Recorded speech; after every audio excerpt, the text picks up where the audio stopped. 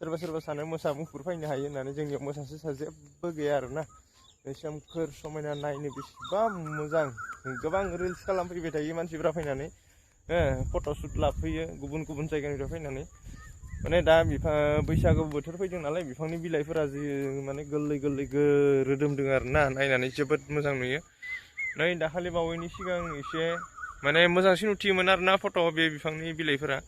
माने सोमखोर समायना साफा उथियोमोन जासिखियानो जादोंला बारा गोबाव देखायबाय थाया दै नोंसोरखौ नोंथांमोना लुगैलायलांगोन फट' खेबजानो नै जाय थुक थुक बिफांफोराव नै ओरैबायदि मोजां ओमफ्राय इलेक्सननि बोथोर बारहावाफोरा बोरै बोरै बारखो नोंथांमोना मा मा सानखो सोरनो सोरनो भट गावबा गावनि बेसेन गोसा भटखौ होनो सानखो जायखिजाया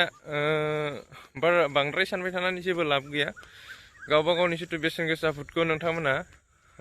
नांगोलनि सावगारियाव होबानो जाबाय बेयो आंनिफ्राय मोनसे रिकुवेस्ट आरो खावलायनाय मानो होनबा जायखिजाया दायो सरकारा BPF-आनो फैफिनगोन बांद्राय सानबाय थानानै लाब गैया जितु 15टा सिटआव गेलेदो 15टा सिट माने BPF-आ अलरेडि 11टा सिटआव गेलेदो 11आव जायखिजाया 10 देरहाखागोन माने 15टा सिटनिफ्राय जायखिजाया BJP-आ खैथा लाखो मोननै ना मोनथाम बेफोरबायदि लादो आरोना बाद बाखि 12टा ना 11 बेफोरबायदि गेलेदो सासे सानै फेलार जानो हायो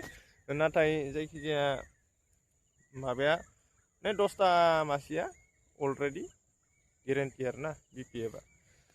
गतिके सरकार आसाम एसेम्ब्लियाव BJP-आनो दाफिनगोन नोंथांमोना बांद्राय सानबाय थाना लाब गैया